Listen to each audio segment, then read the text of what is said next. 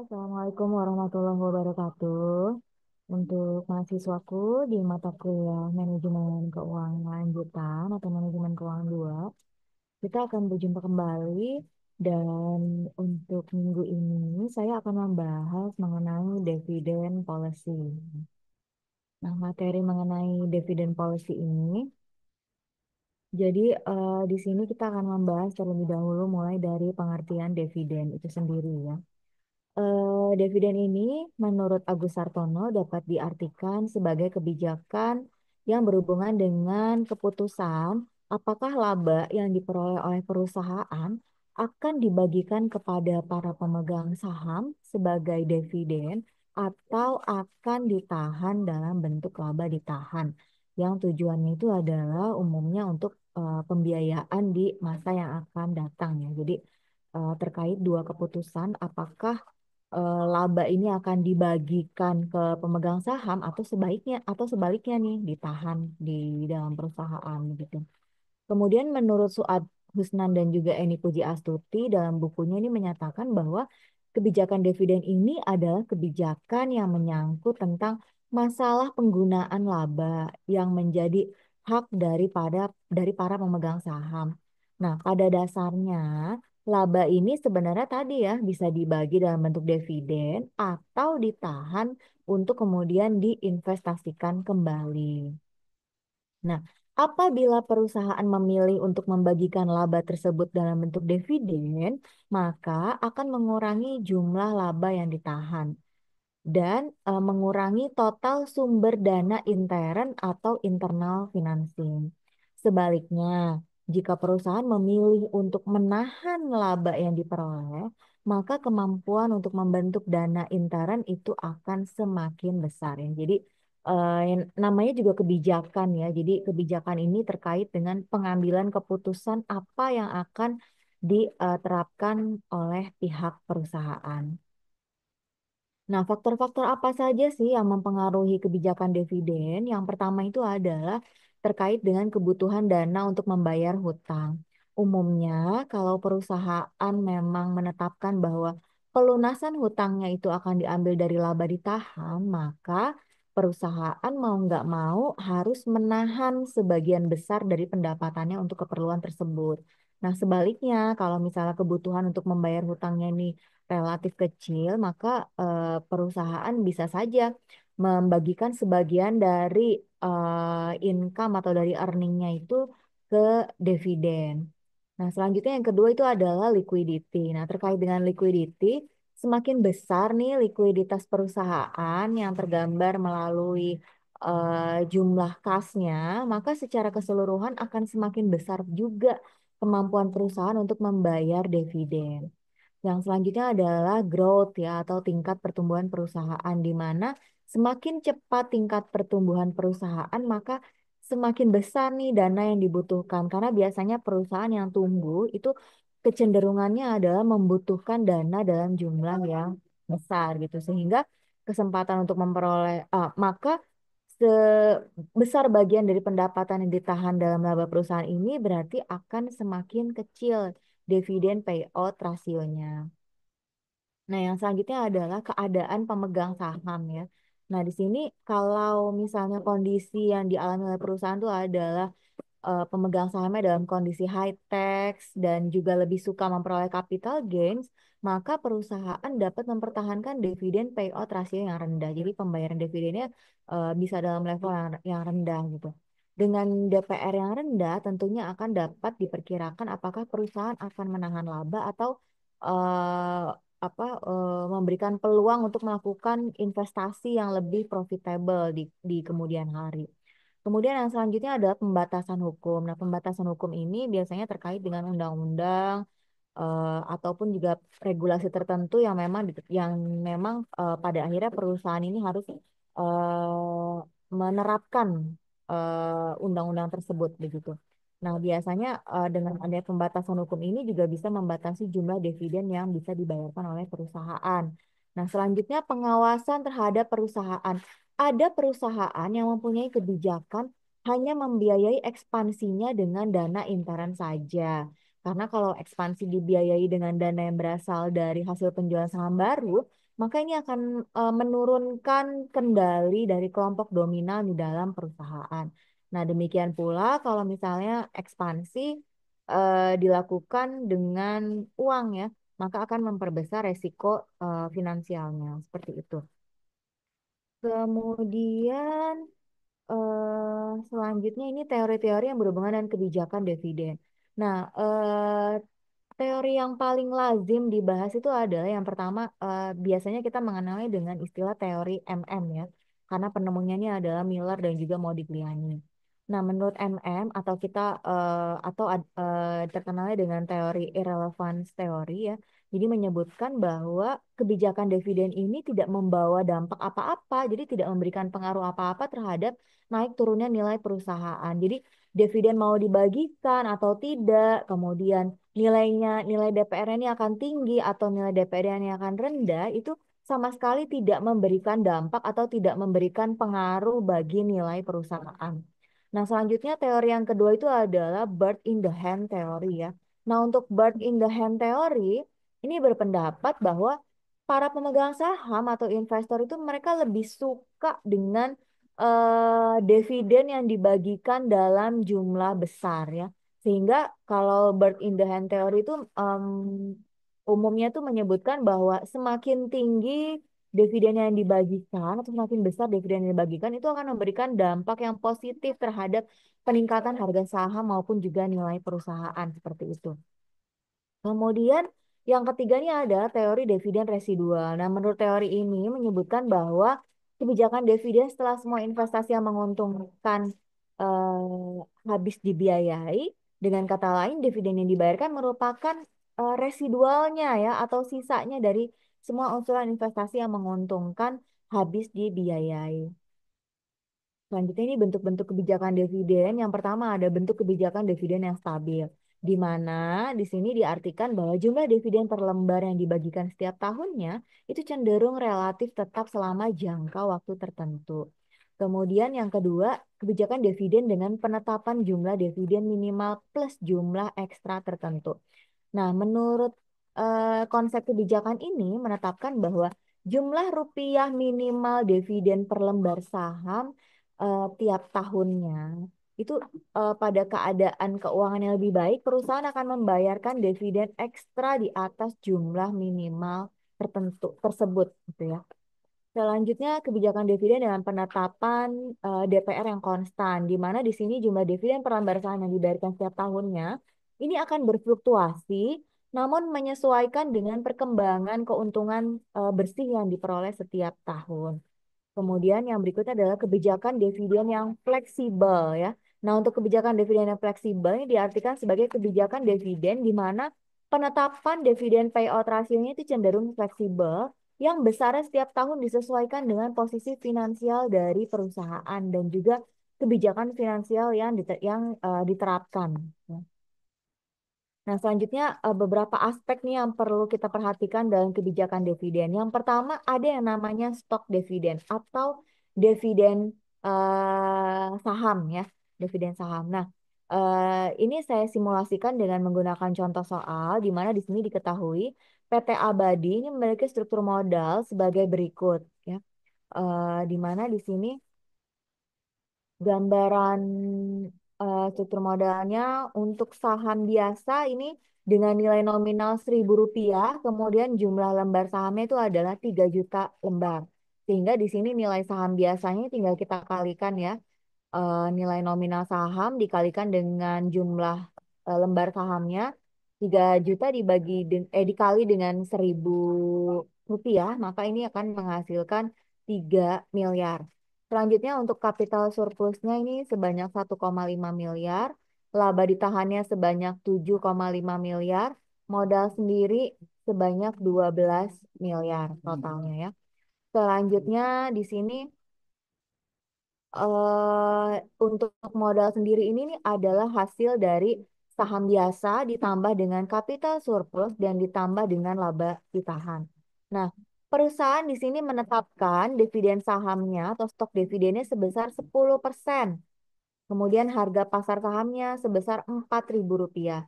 Pertanyaannya di sini adalah bagaimana komposisi modal sendiri setelah perusahaan ini menetapkan stok dividen atau dividen saham.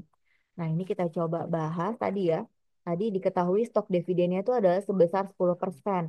Artinya ya di sini akan ada tambahan saham sebanyak 10% dari jumlah lembar saham awal. Jumlah lembar saham awalnya itu kan adalah 3 juta. Kemudian ada stok dividen 10%. Sehingga di sini ada tambahan sebanyak 300.000 lembar. Nah, selanjutnya berarti di sini karena sudah diketahui nih jumlah lembar saham tambahannya adalah 300.000 lembar, maka stok dividennya bisa kita hitung 300.000 lembar dikalikan dengan harga pasar dari sahamnya tadi ya, Rp4.000. Nah, ini ya, Rp4.000. Ini tinggal kita kalikan 300.000 dikali 4.000 hasilnya adalah 1,2 miliar. Nah, dana sebesar ini ditambahkan dari laba ditahan ke akun saham biasa dan juga capital surplus ya.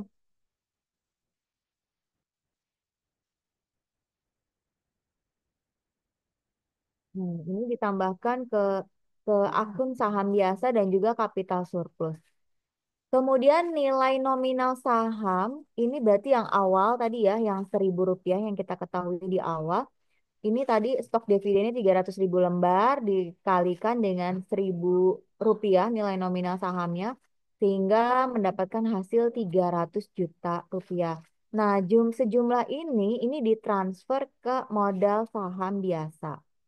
Sedangkan untuk sisanya di sini berarti stok dividen dikurangi dengan nilai nominal saham.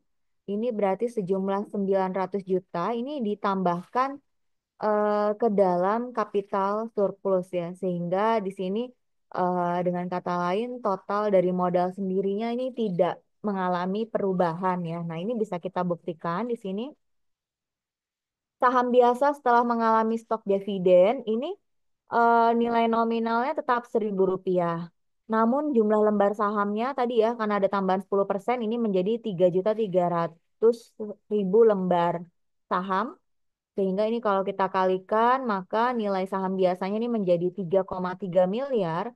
Selanjutnya kapital surplus. Kapital surplus itu kan awalnya itu nilainya ini adalah 1.500.000, 1,5 miliar ya. 1,5 miliar.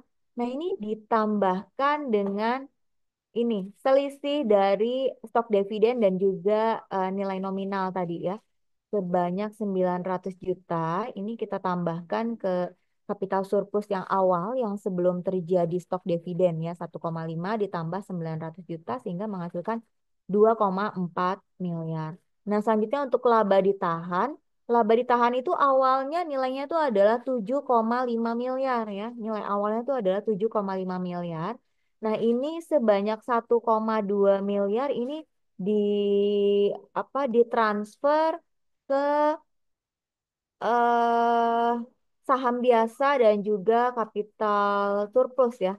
Saham biasa dan juga kapital surplus. Sehingga di sini nilai laba ditahannya tadi 7,5 dikurangi 1,2 sehingga laba ditahannya ini hanya menjadi 6,3 miliar. Nah, ini kalau dijumlahkan 3,3 miliar ditambah 2,4 miliar ditambah 6,3 miliar ini masih tetap modal sendirinya sebanyak 12 miliar. Nah, selanjutnya eh, kita analisa di sini bahwa stok dividen memang akan meningkatkan jumlah saham yang beredar, sehingga laba per lembar saham atau EPS itu akan menurun secara proporsional karena pembaginya itu kan jumlah lembar saham ya, jumlah saham yang beredar. EPS itu kan rumusnya tuh earning per share ya, laba dibagi dengan jumlah lembar saham. Nah, sehingga kalau misalnya jumlah lembar sahamnya semakin banyak, maka EPS-nya akan semakin turun gitu ya, akan semakin kecil. Nah, eh, jadi di sini para pemegang saham mempunyai jumlah lembar saham yang bertambah, tetapi untuk EPS-nya ini berkurang, sehingga proporsi keuntungan totalnya cenderung tetap tidak mengalami perubahan ya. Nah, umumnya perusahaan memutuskan untuk membagikan stok dividen karena mereka memerlukan dana tersebut dan mereka ingin memberikan kepercayaan lebih kepada pemegang saham ya. Mereka tidak ingin mengecewakan para para pemegang saham atau para investornya. Selanjutnya ada yang namanya di sini stock split, pemecahan saham. Nah, stock split ini dia ini ada beberapa macam ya. Ada yang dari satu saham dipecah jadi dua, ada yang dari satu saham dipecah menjadi empat. Jadi umumnya genap gitu ya, dari satu jadi dua atau satu jadi empat. Nah ini misalnya kita contohkan di sini yang satu menjadi dua ya dengan komposisi modal sendiri sebagai berikut. Saham biasa nominal awalnya itu adalah Rp5.000 dengan jumlah lembar saham 600.000 lembar. Sehingga total saham biasanya itu adalah 3.000 juta rupiah. Selanjutnya kapital surplusnya ini ada sebesar 1.500 juta. Kemudian laba ditahan 7.500 juta. Sehingga total modal sendirinya ini adalah 12 ribu juta. Nah, setelah stock split, maka komposisi modal sendiri ini akan menjadi seperti ini. Ya. Jadi yang tadinya nih nilai nominalnya 5.000 ini karena satu dibagi dua ya. Jadi tadinya kan awalnya satu lembar saham nilainya 5.000. Karena dipecah menjadi dua, jadi satu lembar saham sekarang menjadi 2.500. Nah, untuk jumlah lembar sahamnya karena dipecah tadi ya nilainya, maka jumlah lembar sahamnya ini menjadi dua kali lebih banyak. Karena kan tadi satu dipecah jadi dua ya, sehingga jumlah lembar sahamnya jadi dua kali lipat. Jadi eh, 1.200.000 lembar. Nah, untuk jumlahnya itu sendiri ini tetap tetap sama ya, 3.000 juta. Selanjutnya untuk capital surplus ini tetap 1.500 juta dan untuk laba ditahan ini juga tetap 7.500 juta. Modal sendirinya jumlahnya tetap sama ya, 12.000 juta. Nah, karena kita lakukan analisis ya, di mana setelah terjadi stock split, nilai nominal saham ini menjadi setengah dari nilai nominal awalnya ya, yang jadi 2.500 per lembar. Investor yang sebelumnya memiliki 100 lembar saham setelah stock split, ini akan menjadi dua kalinya gitu ya. Jadi kalau misalkan awalnya kalian punya 100 lembar saham, maka setelah stock split ini menjadi 200 lembar saham. Meskipun begitu, total nilainya tidak mengalami perubahan ya. Jadi kekayaan investor ini tidak berubah. Kalau ditanya ada nggak keuntungannya, ya nggak ada gitu karena tetap sama gitu ya. Jadi boleh apa kita bisa lakukan analisis bahwa ada persamaan antara stok dividen dan juga stok split. Yang pertama, tidak ada pendistribusian kas ke dalam kedua bentuk itu. Kemudian yang kedua, mengakibatkan jumlah lembar saham yang beredar ini semakin meningkat.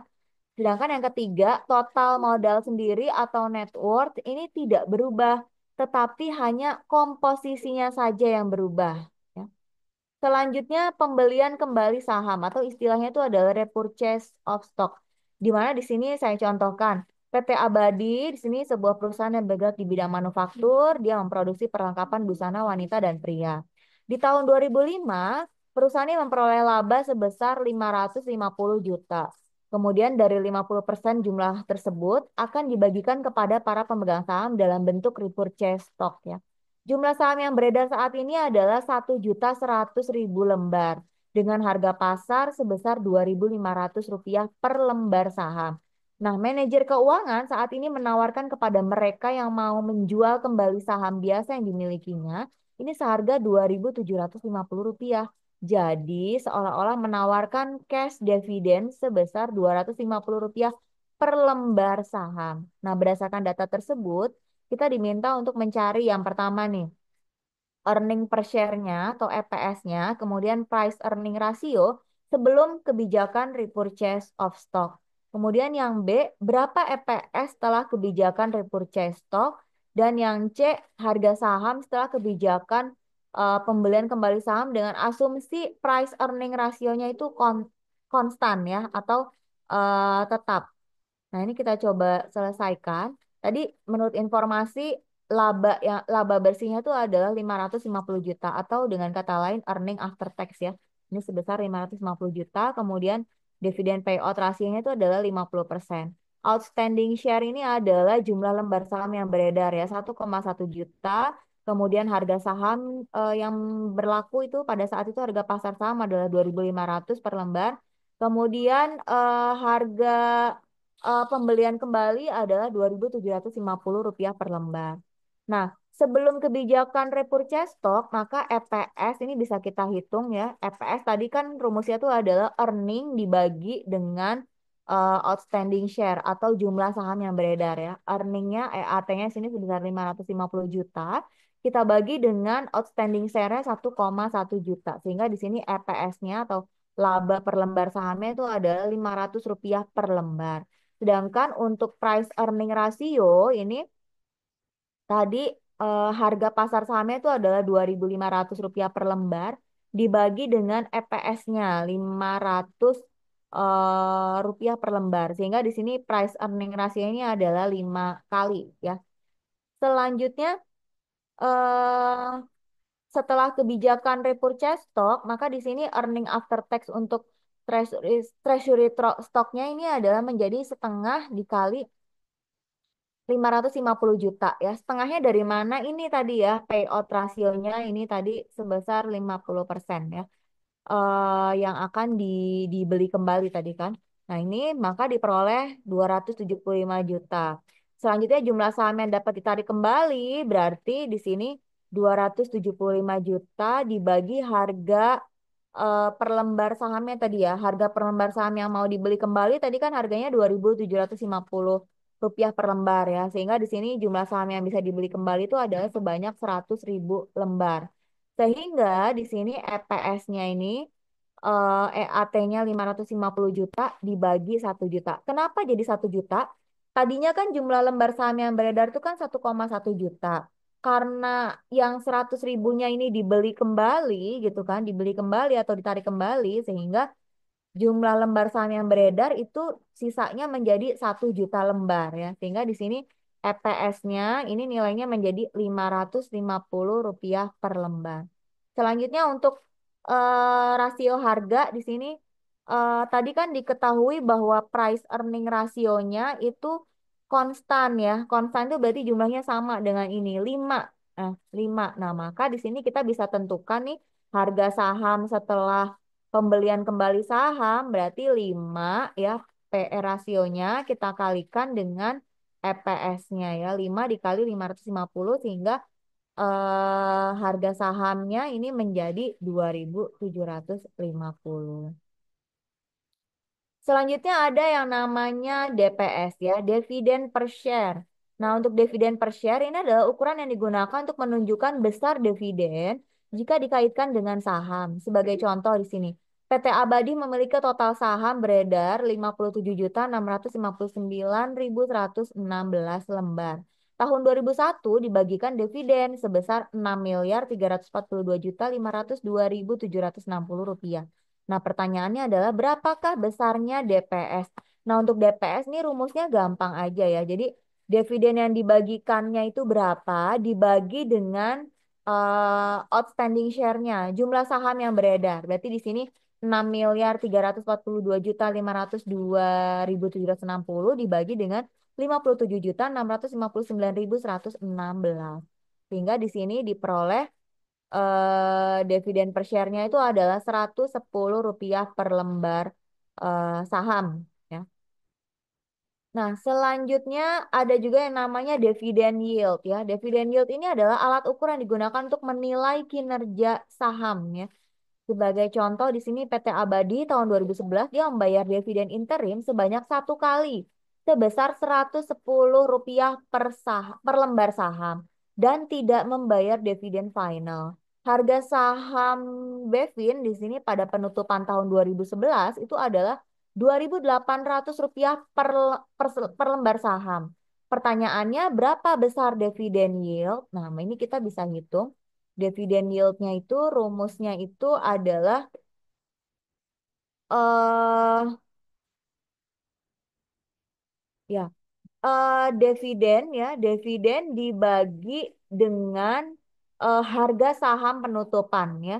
Dividen interim atau dividen yang dibagikan atau dividen yang dibagi dengan eh harga saham penutupan. Jadi Rp110 dibagi dengan harga saham penutupannya 2.800. Hasilnya itu adalah 0,039 ya. Semakin yang perlu diketahui teman-teman di sini adalah bahwa semakin besar nilai dividen yield, maka itu akan memberikan sinyal yang positif ya bagi investor. Jadi itu akan menarik investor gitu. Selanjutnya untuk DPR di sini ya, dividen payout ratio, rasio pembayaran dividen. Nah, di sini PT Abadi dia membayar tahun 2000 dia membayar dividen sebesar 15.120 juta. Laba bersih yang diperoleh adalah 92.776.442 juta. Sampai akhir tahun tersebut jumlah saham beredar adalah sebanyak 378 juta saham. Nah, harga penutupan sahamnya adalah Rp1.450. Berapa besarnya DPR? Nah, cara menghitung DPR ya. DPR di sini adalah perbandingan dari dividen per share dibagi dengan EPS atau earning per share ya. DPR itu adalah DPS dibagi dengan EPS. DPS itu sendiri rumusannya itu adalah total dividen dibagi dengan total saham ya, jumlah lembar saham. Selanjutnya untuk EPS itu sendiri itu adalah jumlah laba bersih atau earning after tax dibagi dengan total saham beredar atau outstanding share. Nah, di sini umumnya rata-rata besaran dividen payout ratio di BEI itu adalah kisaran 0 sampai dengan 25%. Nah, maka kita bisa lakukan yang pertama kita hitung DPS terlebih dahulu ya. Tadi total dividennya itu adalah 15.120 juta dibagi dengan jumlah saham beredar 378 juta sehingga diperoleh DPS-nya ini adalah 40 rupiah per lembar saham. Selanjutnya untuk EPS, EPS-nya di sini tadi earning after tax-nya 92.776.442 rupiah dibagi dengan jumlah saham beredar 378 juta sehingga diperoleh EPS-nya adalah 245. Selanjutnya DPR, berarti ini tinggal kita bagi saja ya. DPS dibagi dengan EPS. Sehingga DPR di sini nilainya itu adalah 16,32%. Nah, ada beberapa hal yang perlu diperhatikan terkait tanggal dalam dividen. Yang pertama, tanggal pengumuman atau declaration date, di mana di sini adalah tanggal resmi pengumuman oleh emiten tentang bentuk, besar, dan juga jadwal pembayaran dividen. Umumnya dividen itu dibayarkan setahun 2 kali ya, tapi ada juga yang setahun 1 kali. Kemudian tanggal cum dividen. Tanggal cum dividen ini adalah tanggal hari terakhir perdagangan saham yang masih melekat hak untuk mendapatkan dividen. Selanjutnya tanggal ex dividen, di mana tanggal ex dividen ini adalah tanggal saat perdagangan saham sudah tidak lagi melekat hak untuk memperoleh dividen. Nah, selanjutnya pembelian saham pada tanggal tersebut atau sesudahnya ini berarti sudah tidak berhak untuk mendapatkan dividen ya. Kemudian ada juga tanggal pencatatan dalam daftar pemegang saham, di mana tanggal saat investor harus terdaftar sebagai pemegang saham perusahaan, sehingga nanti investor ini akan berhak untuk mendapatkan dividen. Pendaftaran sesudah tanggal tersebut, maka sudah tidak berhak lagi mendapatkan dividen. Yang selanjutnya adalah payment date ya, di mana untuk payment date ini adalah tanggal pengambilan dividen.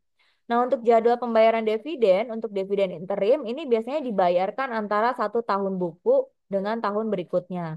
Dapat dibayarkan beberapa kali dalam setahun, tujuannya itu adalah untuk memacu kinerja saham di bursa. Sedangkan untuk dividen final ini adalah dividen hasil pertimbangan setelah penutupan buku perseroan pada tahun sebelumnya yang dibayarkan pada tahun buku berikutnya. Nah, mungkin itu yang bisa saya sampaikan untuk pertemuan minggu ini terkait dengan dividen policy ya. Mudah-mudahan apa yang saya sampaikan bisa difahami oleh rekan-rekan mahasiswa semuanya. Terima kasih untuk partisipasinya dan juga kesediaannya untuk sama-sama menyimak pembahasan dari saya dari awal hingga akhir. Jika ada pertanyaan lebih lanjut, kita bisa diskusikan melalui WhatsApp group. Terima kasih banyak. Saya akhiri. Wassalamualaikum warahmatullahi wabarakatuh.